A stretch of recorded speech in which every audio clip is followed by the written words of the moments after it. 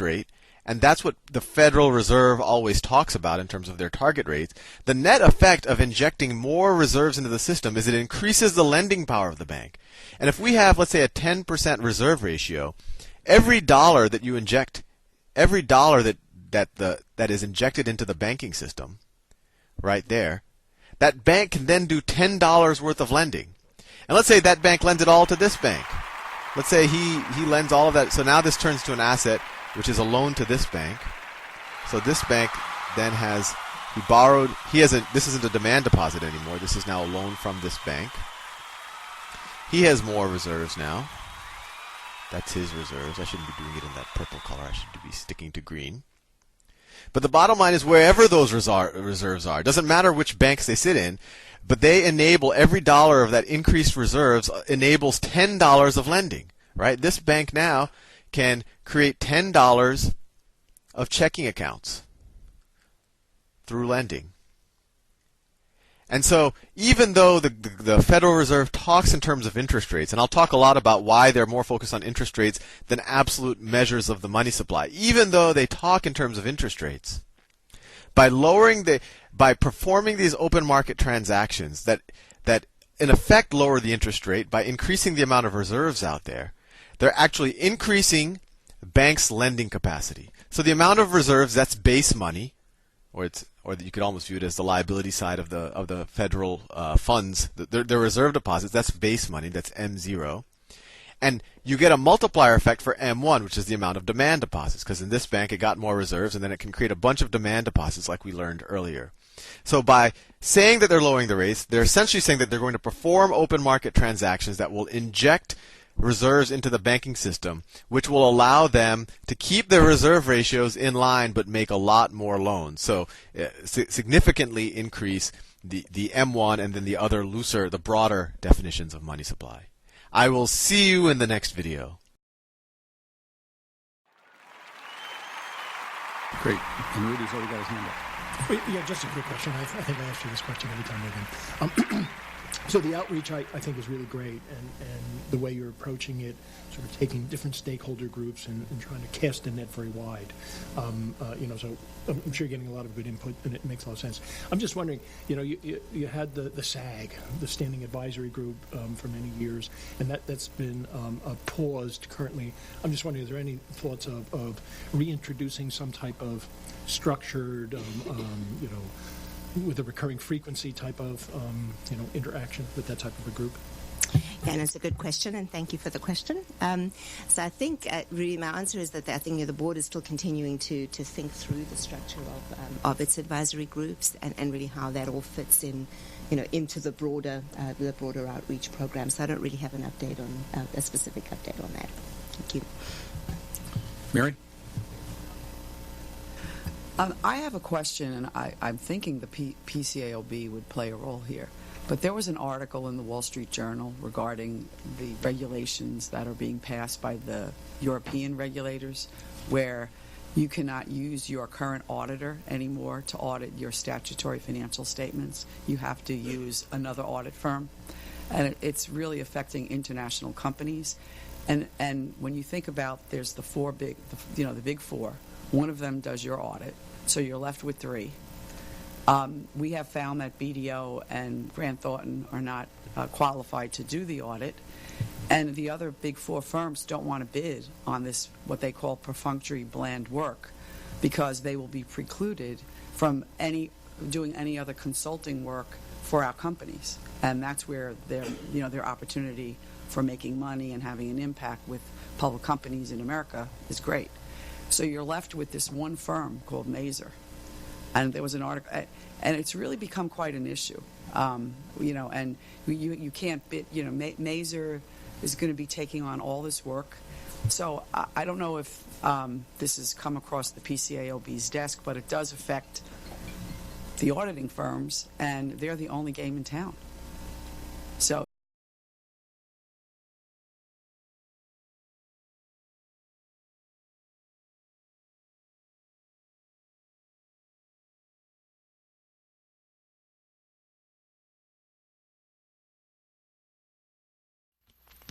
peace and love, family. Now this right here is going to basically separate the men from the boys. Write this down.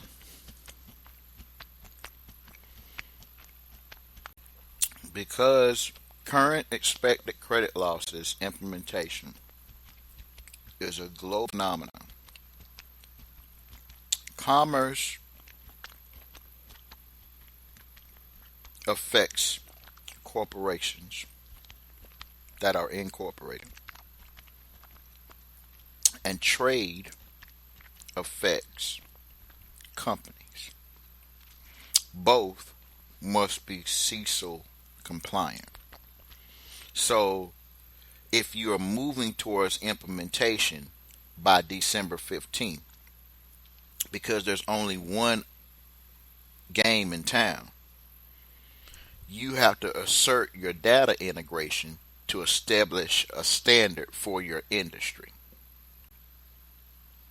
which in turn, your CAFA reporting under the CECL implementation platform gives you an allowance for credit losses of double the amount that you display as a loss, which forces you to bring three-way reconciliation to keep that allowance and implement. It forces you into a space where you can do 8302 returns to bring balance to outstanding obligations. CECL implementation is designed to go from a closed book to an open book, which makes it that much more easier to be accurate and transparent. So a lot of entities that have exposed different niches in the present system now have to repetition and reposition their approach. And those that are willing to become CECL compliant picks up on all the other business that this one game in town isn't actually taking place in. Now, for those of you that are in a structure, let me lay this out to you a different way. If you understand that you have an Article 9 security interest in all transactions, you must learn to utilize your accounting first before you transact, because currency transactions reporting now becomes every financial institution's protocol, because it was always the protocol. It's just that you were under the impression that the banks is your daddy, mama, grandma, when the banks are saving their own bacon. They have to do it through the Banking Secrecy Act. Secrecy meaning it's a secret, meaning that you have never seen a currency transaction report, yet there's a report in a database under FinCEN. And for FinCEN, if you don't know what FinCEN is, let me hip you to some game to what FinCEN is. Because I get this question a lot. Well, who actually gets these reports? Who is FinCEN? And why haven't I been given my CTR? Matter of fact, keep listening while I pull this up, because you just might learn something. Keep listening because you just might learn something. Has this come across your desk at all, or has there been any discussion on this? Yeah, and I'm probably not well versed in all of the details of what is going on in Europe, so it's clearly not something that exists in the U.S. environment. So I probably don't have a specific comment on that, but I understand the issue, and it's something that, well, I can understand how that is a challenging situation. Is the issue only related to insurance companies, or is it all companies?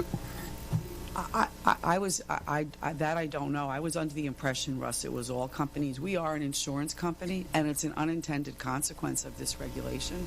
And I mean, we can just, like Mazer could charge us an enormous amount of money to do an audit, and quite frankly, their price is so much more than what we paid Price Waterhouse to do the work, because they're like the only game in town. So, I think it's an unintended consequence, but I definitely think it's something that deserves some merit and review. It looks like that's a topic that perhaps some of the folks that might have an interest in it could look into a little bit further for the next meeting, because quite frankly, I'm not familiar with it. Well, should I give a little bit of context? and just sorry, just trying to help. So what's happened and has been out there for a while under the EU regulation, there's something called mandatory audit firm rotation, and it relates to the statutory audit work of what are deemed, and this might be the wrong phrase, but public interest entities. So it's not everyone, but it's just certain entities. So maybe insurance companies. I know certain banks fall under that as well. So therefore, I know, and so that's the issue, and there, you need to rotate your statutory audit firm in the EU, and then it's problematic because typically you'll have one firm doing the local stat as well as the work for the consolidated report, and that's the challenge, to find firms that are capable and willing. But there are other considerations about how you deal with the independence issues that I can talk to you offline about, Mary. If anyone has any insights, we would really appreciate it because we're just left with this one firm, and we haven't been able to come up with any other solution. Megan, quick question for you. With respect to CECL, you said you've been reaching out on, especially to smaller firms. Do you get the sense that there will be, and I'm not trying to ask you to crystal ball this, but do you think that there is a good connection between the expectations of the PCAOB with respect to auditing CECL and the audit firm's readiness to do so? I think that's the goal, Andy. Yeah, I'm not sure I can answer the question specifically, but I think that's a lot of what we're trying to learn about as we're going about our outreach and figuring out what the lie of the land is. I will tell you that we've been very encouraged by the conversations we've had with the firms. They really are on top of what they need to do and thinking through all of the issues. I mean, it's not without challenge, but it's certainly the goal is to not have enormous disconnects. I think that element of outreach is absolutely perfect because to the extent that if you will that the expectations are clear and the auditors know what is expected will make a big difference. I think knowing that up front. So thank you. Any other questions for Megan? Okay, just before we go to our first topic, I mentioned before that Sue Carter was going to be with us, and she is sitting back here. One of the FAF trustees. As I said before, if you get a chance, please say hello. And Sue has always been a great trustee. I've always enjoyed my opportunities to work with her. First topic is going to be the disclosure framework, primarily focusing on interim reporting. This is a topic that has really been driven by a couple of activities. The SEC about a year ago made some changes to their rules regarding interim reporting. The FASB has come out with if you will, a proposal in terms of the language that they would want to include in their rules. It's going to be presented. The introduction is going to be presented by a couple of staff folks. I think you've seen some of them before. Nick Capiello, all the way on the left, is the supervising project manager. Peter Prostekis is the assistant director in this area. And Emma Lazar, one of the PTAs, is probably the one that's been doing a lot of the behind-the-scenes work on this, if I know how this works. So I think Nick is actually going to do the introduction of this topic for us, and then we'll go into a group discussion. Emma does all the work, just so we're clear. Thanks. So Andy's right. There has been some activity by the SEC, but this project predates that work. So I thought I'd give you a little bit of that background to kind of catch us up to where we are today. Originally, the board had issued an invitation to comment. That invitation to comment asked, what should we do about disclosure more broadly? What came out of that was to work on concepts related to interim reporting that the board could use when setting standards. The other was to say, well, when is it that companies should provide disclosures? And that part of the disclosure framework project was based around materiality. Coming off of that invitation to comment, we issued an exposure draft, and the board added to the agenda 4 reviews of disclosure topics related to fair value, defined benefit pension plan, inventory, and income taxes. We also did a field study on materiality related to disclosure, and one of the FASAC members at that time participated in the field study and brought up that they applied their field study to their interim reporting. We had established some concepts and exposed concepts related to interim reporting. The sentiments of that FASAC member and many of the